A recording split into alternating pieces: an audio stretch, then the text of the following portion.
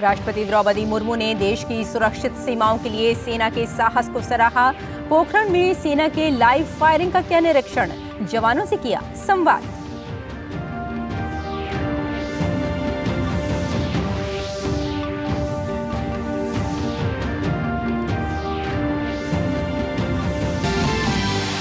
भाजपा के राष्ट्रीय पदाधिकारियों की बैठक में शामिल हुए अमित शाह। 2 दिवसीय बैठक में 2024 के लोकसभा चुनाव के लिए कार्यकर्ताओं को दिया गया जीत का मंत्र।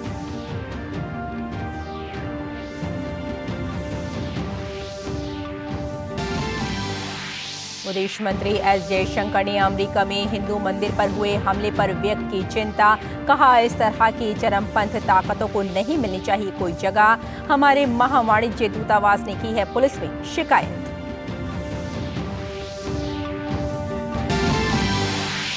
विपक्षी गठबंधन में प्रधानमंत्री पद के चेहरे को लेकर घमासान। कांग्रेस अध्यक्ष मल्लिकार्जुन खड़गे के नाम को आगे किए जाने से जेडीयू नाराज। इंडी गठबंधन की आपसी खींचतान पर भाजपा ने ली चुटकी।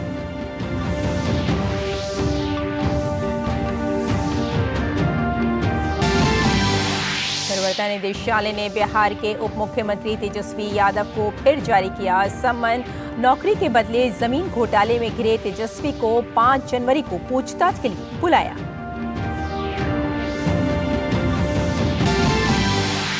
दिल्ली सरकार के अस्पतालों में दी जाने वाली दवाइयों के नमूने जांच में फेल होने पर बड़ा विवाद। भाजपा ने केजरीवाल सरकार पर साधा निशाना। कहा, केजरीवाल सरकार आम लोगों के जीवन से कर रही है खिलवाड़।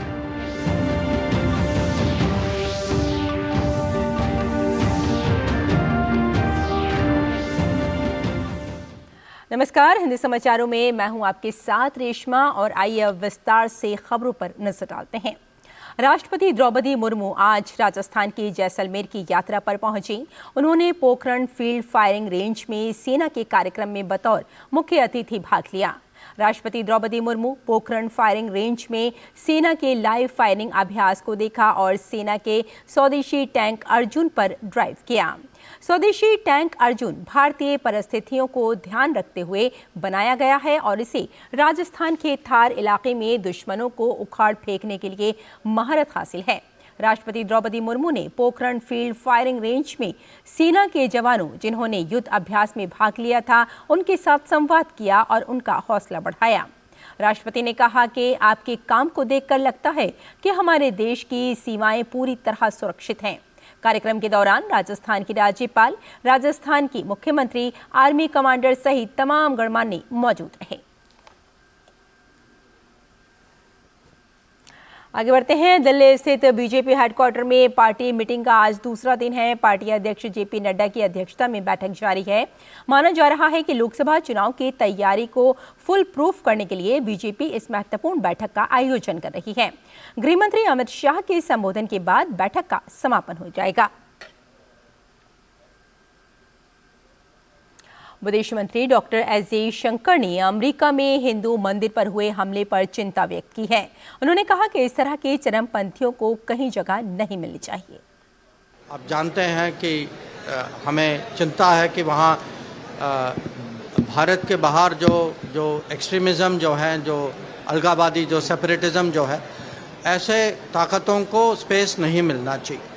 और जो हुआ है, हमारे राजदूतावास ने, कॉन्सुलेट ने वहाँ मुझे वो वहाँ की सरकार और वहाँ के पुलिस के साथ शिकायत की है और ये इस पे मेरे ख्याल से इंक्वायरी जारी है। गौरतलब है कि अमेरिका में एक बार फिर भारत विरोधी तत्वों की शर्मनाक करतूत सामने आई है। यहाँ एक हिंदू मंदिर पर हमला किया गया है। कैलिफोर्निया के नेवार्क में एक हिंदू मंदिर की बाहरी दीवारों पर भारत विरोधी नारे लिखकर तोड़फोड़ की गई। सैन फ्रांसिस्को में भारत के महावाणिज्य दूतावास ने इसकी निंदा की है। दूतावास ने कहा कि इस घटना से भारतीय समुदाय की भावनाएं आहत हुई हैं। इसके साथ ही अमेरिकी अधिकारियों से अपराधियों के खिलाफ त्वरित कार्रवाई करने के लिए कहा गया है। हालांकि ऐसा पहली बार नहीं हुआ है जब हिंदी मंदिरों को विदेशों में निशाना बनाया गया है। इससे पहले ऑस्ट्रेलिया में हिंदू मंदिर पर हमला किया गया था। विदेश मंत्री डॉक्टर एस जयशंकर गुजरात के अपने दौरे पर हैं। विदेश मंत्री ने गांधीनगर में राष्ट्रीय रक्षा विश्वविद्यालय के दीक्षांत समारोह को संबोधित किया। विदेश मंत्री ने कहा कि कई चुनौतियों के बावजूद भारत ने अपनी कूटनीतिक उपलब्धियों के जरिए कई प्रतिस्पर्धी देशों के साथ संबंध बनाने में सफलता पाई है। Where our own society is concerned, the very pluralism that is so much our defining characteristic has been exploited from time to time by external forces. The short point is that even by the traditional metrics of security assessments, India faces exceptional challenges. In responding, we have to consider the inherited issues of development that derive from the era of colonialism. How effectively we used our opportunity is a legitimate question, especially as some others in a similar position have fared much better in the first six decades after our independence. विपक्षी गठबंधन में प्रधानमंत्री पद के चेहरे पर मचे घमासान को लेकर भाजपा ने चुटकी ली है।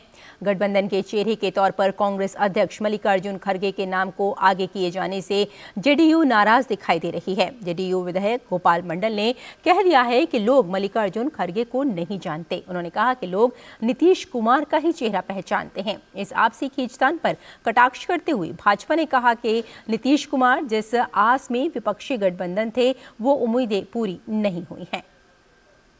नीतीश जी को अब पता चल रहा, पहले से हम लोग कहते हैं ना कि जिस लोभ में गए हैं प्रधानमंत्री के उम्मीदवार बनने, कभी पूरा होने वाला नहीं है। इनको मुंगेरी लाल के हसीन सपने लालू जी दिखा दिए, आरजेडी वाला दिखा दिया, लेके इनको कांग्रेस के साथ चले गए और शुरू से ही इनको समझ में आने लगा था, लेकिन मजबूरी में उसके साथ बने हुए थे। अब परिणाम तो सामने आ गया है।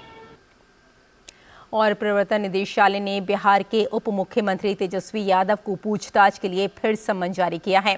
नौकरी के बदले जमीन घोटाले में घिरे तेजस्वी को 5 जनवरी को तलब किया गया है। वहीं दिल्ली की राउज एवेन्यू कोर्ट ने तेजस्वी यादव को विदेश जाने की अनुमति दे दी है। उन्होंने 6 से 18 जनवरी तक ऑस्ट्रेलिया और न्यूजीलैंड यात्रा की अनुमति मांगी थी। दिल्ली सरकार के अस्पतालों में दी जाने वाली दवाइयों के नमूने जांच में फेल होने पर विवाद बढ़ गया है। भाजपा ने इसको लेकर केजरीवाल सरकार पर निशाना साधा है। भाजपा ने केजरीवाल सरकार पर आम लोगों की जिंदगी से खिलवाड़ का आरोप लगाया है। दिल्ली के सरकारी अस्पतालों के सैंपल, वो लैब रिपोर्ट हमारे पास है, ये विजिलेंस रिपोर्ट हमारे पास है, जो ये बताती है कि अरविंद केजरीवाल और उनके स्वास्थ्य मंत्री सौरभ भारद्वाज दिल्ली की लोगों की जनता के साथ खिलवाड़ कर रहे हैं। शर्मनाक है, दर्दनाक है। जो दवाइयां वहां दी जा रही हैं उनके सैंपल फेल हो गए हैं। मैं हैरान हूं कि दिल्ली के सरकारी अस्पताल ऐसे कैसे लोगों की जिंदगी के साथ खिलवाड़ कर सकते हैं। 5 कंपनियों के सैंपल फेल हुए हैं। भाजपा ने केजरीवाल सरकार को घेरते हुए उस पर मानवता का दुश्मन होने का आरोप लगाया। भाजपा ने कहा कि केजरीवाल सरकार एक के बाद एक घोटाले कर रही है। लोगों की जिंदगी से खेलना, उनको घटिया मेडिकल दवाइयां देना, ये ऐसा अपराध है। मतलब मैं तो कहूंगा ये एक तरह से अरविंद केजरीवाल, दिल्ली की आम आदमी पार्टी की सरकार मानवता की भी दुश्मन है। और हम बार बार कहते रहे कि दिल्ली की सरकार की खूबी यह है कि हर चीज में भ्रष्टाचार कैसे किया जाए, कमाई का साधन कैसे ढूंढा जाए।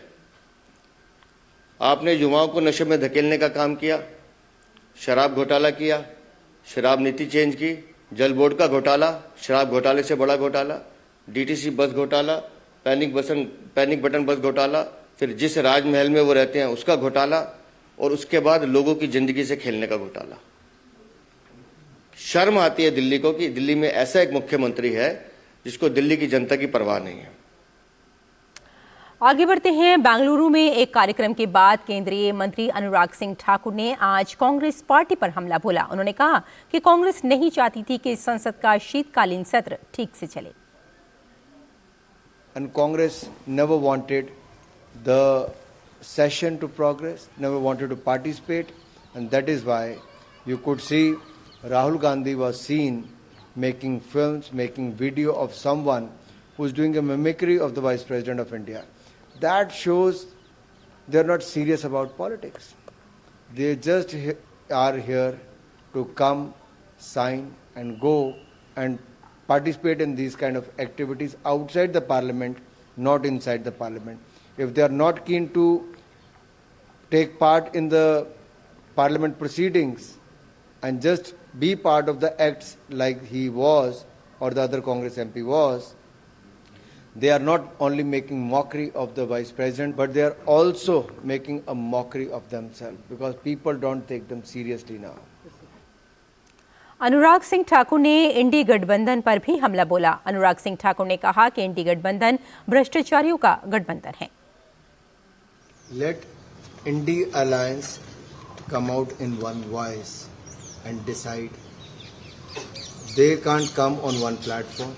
They can't speak in one language. They can't take a collective decision. That is the situation of Indi Alliance. Where is the alliance? They are struggling in Punjab. They are struggling in other states. They can't speak in one voice. Where do you see the Indi Alliance? There is no Indi Alliance. There are a set of people who are facing corruption charges and have come together, but they don't have a common ideology. They don't have a common minimum program. They don't have a common candidate. There is no Indi Alliance. केंद्रीय खेल मंत्री अनुराग सिंह ठाकुर ने आज बेंगलुरु के नेताजी सुभाष दक्षिणी केंद्र में पुरुष छात्रावास का उद्घाटन किया। खेलों और खिलाड़ियों की बेहतरी के लिए पिछले कुछ समय के दरमियान सरकार के द्वारा कई कदम उठाए गए और ये कदम उसमें से एक रहा। खेल मंत्री ने कहा कि पिछले 9 वर्षों में खेल बजट को 3 गुना बढ़ाया गया है। I'm thankful to Prime Minister Modi, who has increased the budget 3 times in last 9 years. 3 times the budget has increased. And if I have to talk about my athletes and their performance, as a sports minister of India, I can proudly say, if you look at the last 2 years, from Tokyo Olympics till now, we have won the highest medals in Tokyo Olympics, Paralympics, Deaf Olympics, then in Commonwealth Games, and now in Asian Games and Para-Asian Games. This is the best ever performance of Indians in the field of sports. केंद्रीय मंत्री गिरिराज सिंह ने कर्नाटक में हिजाब पर प्रतिबंध हटाए जाने के फैसले की आलोचना की है। उन्होंने कहा कि ये फैसला शरिया कानून को स्थापित करने का प्रयास है। ये महज हिजाब पे प्रतिबंध नहीं उठाया है, बल्कि शरिया कानून को स्थापित किया है। अगर राहुल गांधी कांग्रेस और इंडी गठबंधन की सरकार देश में बनी तो इसी तरह से इस्लामिक कानून, शरिया कानून लागू होगा। गौरतलब है कि कर्नाटक के मुख्यमंत्री सिद्धारमैया ने राज्य के शैक्षिक संस्थानों में हिजाब पर प्रतिबंध वापस लेने का फैसला किया है। उन्होंने कहा कि अधिकारियों को निर्देश दे दिया गया है और इस बारे में सरकारी आदेश जल्द जारी होगा। नए आदेश के तहत कोई भी व्यक्ति अपनी पसंद के अनुसार कपड़े पहन सकता है। हिजाब विवाद पिछले साल जनवरी में उस समय उठा था जब उडुपी में गवर्नमेंट प्री यूनिवर्सिटी कॉलेज के 6 विद्यार्थियों ने कॉलेज प्रशासन पर परिसर में हिजाब पहनकर न आने देने का आरोप लगाया था। कर्नाटक उच्च न्यायालय ने कहा था कि इस्लाम में हिजाब पहनना अनिवार्य नहीं है और आदेश को सही ठहराया था। बाद में उच्चतम न्यायालय ने इस मुद्दे पर विभाजित फैसला दिया था। हालांकि कर्नाटक में बीजेपी ने इस फैसले को दुर्भाग्यपूर्ण बताया और कहा कि किसी ने भी हिजाब की मांग नहीं की है, लेकिन सरकार का फैसला सिर्फ तुष्टीकरण की राजनीति को दर्शाता है। Statement of Honorable Chief Minister Siddaramaiah regarding the hijab issue, it's really unfortunate. It's really unfortunate that Siddaramaiah has told that he will allow hijab in the education institution. At least Chief Minister could have spared education institution from the dirty politics. No children from the minority or Muslim community has demanded for hijab. But Chief Minister himself claiming that he will allow hijab in the schools and education institution, it clearly shows the intent of Chief Minister. It is just appeasement politics, and also it is purely divide and rule practices followed by the Congress party. Bharatiya Janata Party, we strongly condemn the move of the Honorable Chief Minister Siddaramaiah ji and the Congress party. उपराष्ट्रपति जगदीप धनखड़ ने हरिद्वार के गुरुकुल कांगड़ी विश्वविद्यालय में वेद विज्ञान महाकुंभ का शुभारंभ किया। यह आयोजन स्वामी दयानंद सरस्वती की 200वीं जयंती और स्वामी श्रद्धानंद के बलिदान दिवस पर हो रहा है। अपने संबोधन में उपराष्ट्रपति ने कहा कि अब वे दिन दूर नहीं है जब हर शिक्षा मातृभाषा में उपलब्ध होगी। इस महान देश में कुछ लोग हैं, गिने चुने लोग हैं, वो भारत की प्रगति को पचा नहीं पा रहे हैं। आप उनकी पाचन शक्ति को ठीक कीजिए। वो हमारे ही हैं, भटके हुए हैं, हमारा कर्तव्य है। उन्हें मातृभाषा में समावेशी शिक्षा प्रणाली स्वीकार्य नहीं है। ये कैसी बात है? अब वो दिन दूर नहीं है, हर शिक्षा मातृभाषा में दी जाएगी। और संसद की सुरक्षा में हुई चूक मामले में गिरफ्तार आरोपी महेश कुमावत की पुलिस हिरासत 13 दिन के लिए बढ़ा दी गई है। आरोपी महेश की 7 दिन की पुलिस रिमांड पूरी होने के बाद उसे आज दिल्ली की पटियाला हाउस कोर्ट में पेश किया गया। पुलिस ने कोर्ट में दलील दी कि आरोपी से अभी काफी पूछताछ की जानी है। अदालत ने आरोपी की पुलिस हिरासत अगले 13 दिनों के लिए बढ़ा दी है। महेश कुमावत राजस्थान के नागौर का रहने वाला है। महेश पिछले 2 सालों से संसद में घुसपैठ को अंजाम देने के लिए अन्य आरोपियों के साथ संपर्क में था। आरोप है कि इसने संसद में घुसपैठ के बाद सबूत मिटाने के लिए आरोपियों के मोबाइल फोन भी नष्ट किए थे। इस मामले में अन्य लोगों को भी गिरफ्तार किया जा चुका है। सभी आरोपी पुलिस हिरासत में हैं, जहां इनसे बारीकी से पूछताछ की जा रही है। और उत्तर प्रदेश के मुख्यमंत्री योगी आदित्यनाथ ने लखनऊ में कृषक उपहार योजना के तहत 51 किसानों को ट्रैक्टर वितरित किए। राज्य में ट्रैक्टरों के मुफ्त वितरण के लिए लकी ड्रॉ के बाद 93 किसानों को शॉर्टलिस्ट किया गया था। इसमें से 51 को आज ट्रैक्टर की चाबियां सौंपी गई। इस योजना के तहत किसानों को कई अन्य सामान भी उपहार में दिए जाते हैं।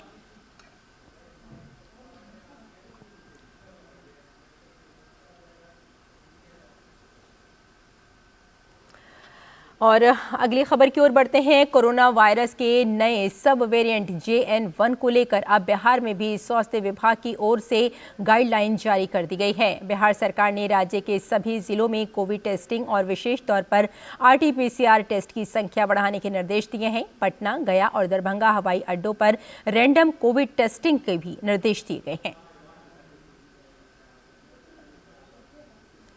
असम के कार्बी आंगलोंग में पुलिस द्वारा की गई छापेमारी के दौरान भारी मात्रा में हथियार और गोला बारूद का जखीरा बरामद हुआ है। पुलिस ने बोकाजन इलाके में 2 व्यक्तियों के पास से बड़ी मात्रा में गोला बारूद और 6 मैगजीन बरामद की हैं। पुलिस ने AK सीरीज राइफल और इंसास राइफल के 150 जिंदा कारतूस, 6 मैगजीन और अन्य सामान भी बरामद किया है। हरियाणा के कुरुक्षेत्र में भव्य गीता महोत्सव जारी है। 7 दिसंबर से शुरू हुआ ये महोत्सव 24 दिसंबर तक जारी रहेगा। महोत्सव में लाखों श्रद्धालु हिस्सा ले रहे हैं। आज 18,000 स्कूली बच्चों ने वैश्विक गीता पाठ किया। इस अवसर पर प्रदेश भर के हजारों विद्यार्थी ऑनलाइन प्रणाली से भी जुड़े। कार्यक्रम में हरियाणा मुख्यमंत्री मनोहर लाल और असम के मुख्यमंत्री हेमंत बिस्वा शर्मा भी मौजूद रहे। हरियाणा के कुरुक्षेत्र में भव्य गीता महोत्सव जारी है। 7 दिसंबर से शुरू हुआ ये महोत्सव 24 दिसंबर तक जारी रहेगा। महोत्सव में लाखों श्रद्धालु हिस्सा ले रहे हैं। आज 18,000 स्कूली बच्चों ने वैश्विक गीता पाठ किया। इस अवसर पर प्रदेश भर के हजारों विद्यार्थी ऑनलाइन प्रणाली से भी जुड़े और इस कार्यक्रम में हरियाणा मुख्यमंत्री मनोहर लाल और असम के मुख्यमंत्री हेमंत बिस्वा शर्मा भी मौजूद रहे। अंतर्राष्ट्रीय गीता महोत्सव के वैश्विक गीता पाठ के मंच पर असम के मुख्यमंत्री हेमंत बिस्वा शर्मा हरियाणा और असम का नाता जोड़ गए। उन्होंने कहा कि आज के आधुनिक युग में भगवान श्री कृष्ण की जरूरत है। कृष्ण ने गीता का बानी दिया, देश को संदेश दिया, मानव जाति को संदेश दिया। ये संदेश आज भी हमारे लिए बहुत इंपॉर्टेंट है। आज भी हमारे लिए फंडामेंटल है। भगवान श्री कृष्ण ने गीता में कर्म युग का बारे में बताया, ज्ञान युग का बारे में बताया, भगवान कृष्ण ने भक्ति मार्ग के लिए बताया। वाराणसी के चौका घाट स्थित सांस्कृतिक संकुल के अर्बन हाट में मंडल स्तरीय खादी प्रदर्शनी का आयोजन किया जा रहा है। ये प्रदर्शनी 4 जनवरी 2024 तक चलेगी। इस अवसर पर उत्तर प्रदेश के मंत्री दयाशंकर मिश्र ने कहा कि खादी हमें आत्मनिर्भर बनाती है। मंडल स्तरीय खादी ग्रामोद्योग प्रदर्शनी का उद्घाटन किया है उत्तर प्रदेश के आयुष मंत्री डॉक्टर दयाशंकर मिश्र दयालु ने। क्या कहना चाहेंगे खासतौर से युवाओं से? युवाओं को पता है कि खादी महात्मा गांधी जी के द्वारा जो स्वतंत्रता की लड़ाई लड़ी जा रही थी, तो खादी उसमें एक शस्त्र बन गया था, अस्त्र बन गया था, विचार बन गया था। देश के लोगों को आंदोलित करने का, विदेशी वस्तुओं का बहिष्कार करना और स्वदेशी का उपयोग करना, जिसका नारा आज वर्तमान में मोदी जी देते हैं कि हमको अधिक से अधिक अपनी स्वदेशी वस्तुओं का उपयोग करना चाहिए। आज हम अपने देश में ऐसे तमाम काम करने लगे, ऐसे तमाम निर्माण करने लगे जिससे विदेशी चीज़ों पर निर्भरता हमारी कम हुई। अभी मोदी जी ने बनारस में डीजल इंजन के एक इंजन 10,000वें इंजन का लोकार्पण किया, जिस इंजन के 90% से ज़्यादा पार्ट्स भारत में बने थे। तो ये बदला हुआ भारत है जिसमें कि हम ज़्यादा से ज़्यादा विदेश पर आश्रित न होकर स्वदेशी चीज़ें, तो स्वदेशी का मिशन है खादी। देश को जागृत किया खादी ने। आज देश की नौजवान पीढ़ी जानती है कि खादी, गांधी जी के उस चरखे ने देश को किस तरीके से आंदोलित किया, देश को एकता के सूत्र में पिरोया। खादी वस्त्र के अलावा इस देश में ग्रामोद्योग का और कुटीर उद्योगों का एक बहुत बड़ा मिशन है इस देश के लिए। ये मोदी जी का जो नारा है वोकल फॉर लोकल, इससे कितना जोड़ पाएंगे इस प्रदर्शनी की? वोकल फॉर लोकल की शुरुआत अगर आप कह सकते हो तो वो खादी ही थी, जिससे कि आप कह सकते हो कि पहला वो वस्त्र था, पहले वो वस्तु थी, उत्पाद था, जिस खादी से ही आप इसकी शुरुआत मान सकते हैं। अब तो देश ने न जाने कितनी चीज़ों का उत्पादन करना शुरू कर दिया। फाइटर प्लेन तक इस देश में बनने लगे, जिसके कल पुर्जे से लेकर मिसाइलों के कल पुर्जे से लेकर इंजनों के कल पुर्जे से लेकर देश आत्मनिर्भरता की ओर बढ़ रहा। विदेशी वस्तुओं पर निर्भरता कम हुई है और अपनी चीज़ों पर निर्भरता हमारे देश की बढ़ी है। खादी आत्मनिर्भर बना रहा है देश को, स्वदेशी है, और यही नारा है दयाशंकर जी का भी और प्रधानमंत्री का कि हम अपना स्वदेशी को आगे बढ़ाएं, आत्मनिर्भर बने। कैमरा पर्सन मनीष सिंह के साथ doctor Hitesh Bahadur Singh Gautam, DD news Varanasi. और प्रवर्तन निदेशालय ने वीवो इंडिया मामले में 3 और आरोपियों को गिरफ्तार किया। ये गिरफ्तारी चीनी स्मार्टफोन निर्माता वीवो और अन्य के खिलाफ धन शोधन की जांच के सिलसिले में की गई है। तीनों को धन शोधन रोकथाम अधिनियम PMLA के प्रावधानों के तहत पकड़ा गया है। इससे पहले एजेंसी ने अक्टूबर में लावा मोबाइल के मालिक समेत 4 आरोपियों को गिरफ्तार किया था। और पूर्व प्रधानमंत्री चौधरी चरण सिंह की जयंती पर देश भर में कार्यक्रमों का सिलसिला जारी है। उत्तर प्रदेश में मुरादाबाद के बिलारी में किसान महासम्मेलन का आयोजन किया गया। महासम्मेलन को उत्तर प्रदेश के मुख्यमंत्री योगी आदित्यनाथ ने संबोधित किया। कार्यक्रम में मुख्यमंत्री ने प्रदेश के 18 प्रतिभागिशाली किसानों को सम्मानित भी किया। इस अवसर पर चौधरी चरण सिंह की 51 फीट ऊंची प्रतिमा का भी लोकार्पण हुआ। अपने इस संबोधन में यूपी के मुख्यमंत्री ने कहा कि डबल इंजन सरकार ने चौधरी चरण सिंह जी की कर्मभूमि छपरौली की चीनी मिल में नई जान फूंकी है। हमने कहा चौधरी साहब के प्रति हमारा नमन है, क्योंकि चौधरी साहब की कर्मभूमि की चीनी मिल, छपरौली की चीनी मिल का पुनरुद्धार करेंगे। और भाइयों बहनों, आज वो चीनी मिल अपनी पूरी क्षमता के साथ बागपत और उसके आसपास की जनता की सेवा कर रही है। ऐसे ही अन्य क्षेत्रों में भी व्यापक परिवर्तन करने के कार्य हुए हैं। और आज मैं फिर आपको आश्वस्त करने के लिए आया हूं, ये डबल इंजन की सरकार है, ये बोलती कम है और परिणाम ज्यादा देती है। तो इस बुलेटिन में फिलहाल इतना ही, लेकिन डीडी न्यूज पर खबरों का सिलसिला जारी रहेगा। नमस्कार।